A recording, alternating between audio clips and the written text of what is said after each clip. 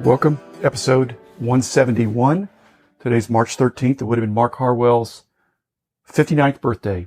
And sadly, he passed away about 3.5 years ago.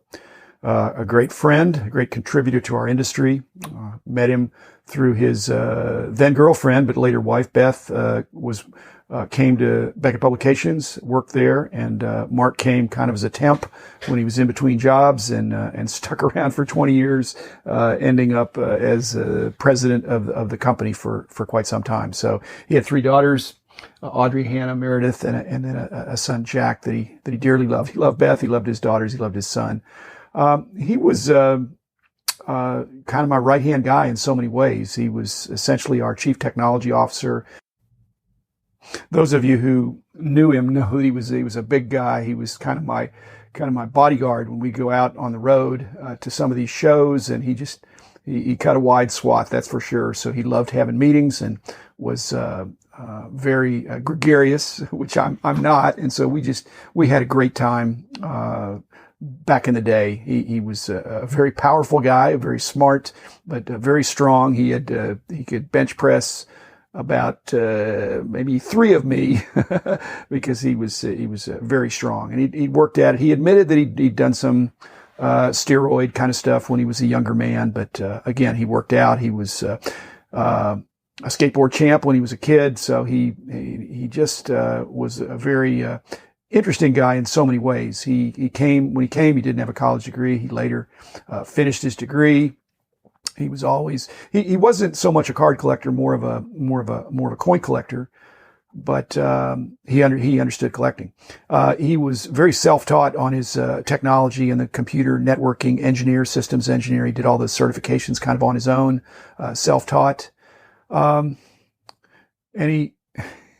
The amazing thing was all those technology things, they all have these acronyms of 3 letters, and he was brilliant. He knew what all the acronyms meant. I was struggling to keep up.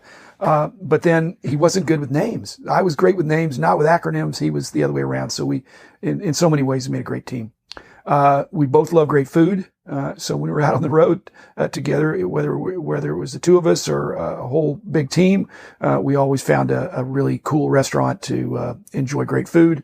And he was kind of a gourmand, and we enjoyed that.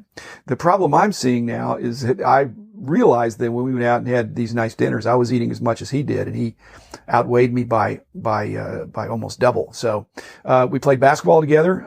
Actually, I played against him probably more than with him, but it was great to play with him because he set a mean pick. Nobody was going to get through his pick in our courtyard court for those who were there back in the day. His last years were pretty tough. He was mostly suffering in silence, which I didn't really understand that because he was such a gregarious people guy. But who among us wants to be seen when we're at our worst? I mean, he just was very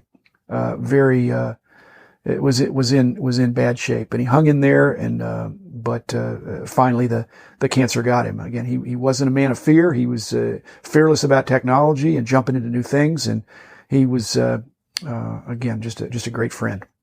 One of the things he did that I recommend, one of his habits, he'd do for many years, he did a word of the day that I guess was emailed to him, and then he would use it several times. And, though I don't know if I've mentioned this, but I did a lot of Latin when I was in school. And so I understood a lot of vocabulary just because of the Latin, Romance language, roots. And so, but he'd try to trip me up with a new word, and he'd use it several times, and people came to really enjoy that. I'm probably dropping a new word in these podcasts every once in a while just because I think that it reminds me of Mark. He was such an inspirational leader. I just don't understand. Well, I mean, there's a lot of life we won't understand. His funeral was very well attended. Lots of great friends, a lot of people, a lot of kind of a Beckett Publications reunion of sorts. There were a number of people I hadn't seen for a long time, because again, his funeral was more than 10 years after I sold the company, and he'd been gone for a while as well. And he'd been, did some other things and was just a terrific consultant. He could quickly figure out things and not a dreamer, but someone who could come up with solutions and actually execute. I did the episode a long time ago. Again, they're not linear, but I did the episode on nuanced nepotism. And I wasn't talking about Mark, but I will say this. Mark was an outstanding employee, but so was his wife. And so was his brother, and so was his sister-in-law. But there weren't normally any reporting relationships that seemed to get in the way, and they all worked hard and did well. One of the sports card insights that I could tie in for Mark is that even though he was a coin guy, because he was a collector, he really understood that he always liked the best, the finest, whether it was clothes or food or computers. We were going to try to have the best or the finest. And that's really the way most people, that's really probably what drives our hobby the most. People want bragging rights for either holding something or experiencing something that they can tell their friends about. Mark was the guy that got us, into the internet and doing the auctions that we were doing, the online price guide, the marketplace, all that stuff. So he was ahead of his time because that was back in the 90s. But again, I had a marching buddy that I really enjoyed, and I'm sad that he's not here. So it'd be great to grow old together, but I'll have to settle for seeing him in heaven. So I've got instead of doing an interview with Jeff Amano, who is also my great friend, also a former president of my company, and was super close to Mark, I asked Jeff to do just a short audio thing. I figured if I interviewed Jeff, we might get off track a little bit. And I thought, well, Jeff, why don't you just kind of say a few things that I'll embed into the podcast. He's another great guy. I should do an episode just on Jeff. But you're going to hear from Jeff now about his relationship with Mark and his the friendship they had and how they really enjoyed life together for probably a couple decades. So thanks for that. Thanks, listeners. Thanks, Beckett Publications, Beckett Authentication, Beckett Grading, ComC, Heritage Auctions, Huggins and Scott Auctions, Burbank Sports Cards, Mike Stadium Sports Cards, Topps, Panini, and Upper Deck. So again, this is a tribute episode to my friend Mark. I miss you, Mark. And like I said, I'll see you in heaven. And I don't plan to be there anytime real soon, but nobody's immortal. So I will be, I'm going to serve well while I'm here. So as you did. Thanks. I have a theory. I don't think a normal-sized being could house all that joy in life, passion, and insatiable lust for knowledge that was Mark Harwell. That's why he could bench 500 pounds for reps or curl 100-pound dumbbells for sets. He needed that 50-plus inch chest to contain that huge heart of his.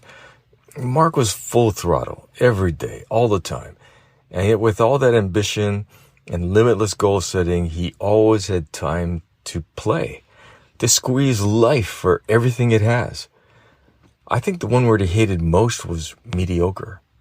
Mark refused to be mediocre at anything. Now, lots of businessmen could say the same thing, but the difference was that Mark applied the same gusto to relationships. We could be in the middle of a heated discussion over software parameters with a dozen people in the room when he would excuse himself so he could call Beth and tell her how much he loved her. I remember when he was searching for the perfect gold bracelet to give to his young daughter, Audrey. He was so excited, you'd have thought it was her first prom. Life was too small to contain you, Marcus. I think of you often, and I wish we had more time. As Jeff talks about needing more time, I just thought, I'm going to come back on and I don't usually come back to get a last word in. Jeff said it well. Mark made everything fun. He had a great gusto, great joy de vivre, a zest for life, and was always celebrating things. I was, a lot of that rubbed off on me. I think over time I came to see the wisdom in that. So, I think he learned from me and I definitely learned from him. One of the things that just on reflection, I'm just kind of listening to this and realizing that I really didn't give Mark his due for the powerhouse that BGS is, and even BCCG, which I'll deal with at another time. But the Beckett Grading, the BVG, the BGS, all of that, Mark did That was there was a lot of Mark in that. Some of the innovations in the inner sleeve, the patented holder, even the way we marketed and systematized. Mark was a one of one, and I try to be that too. We certainly didn't want to do any kind of a copycat service. We were impressed with what we were seeing with PSA. We had many discussions about that, but we certainly had no interest in doing a clone. We wanted to reimagine what grading could look like if we started from scratch. So I'm sure there's some similarities to what PSA is doing. We're both doing a 10-point scale, but just the 9.5. And one of his, he was a big movie buff, and I remember he'd always come back to Usual Suspects or Spinal Tap, because he basically wanted our Black Label 10 to be like an 11, if you know the movie reference. So he again very innovative, and I think you can see a lot of Mark in the BGS success that's endured past me and now past Mark. So, but I think the guys there would echo that Mark was the biggest cheerleader of our fine grading team. That's many of whom are still there. So, again, thanks for listening, and I'll be back again on Monday with another episode. And thank you for this chance to go down memory lane with a dear friend that some of you knew, but our team really knew that he was a big giant guy with a kind of a gentle giant with a big heart. So thanks. See you soon.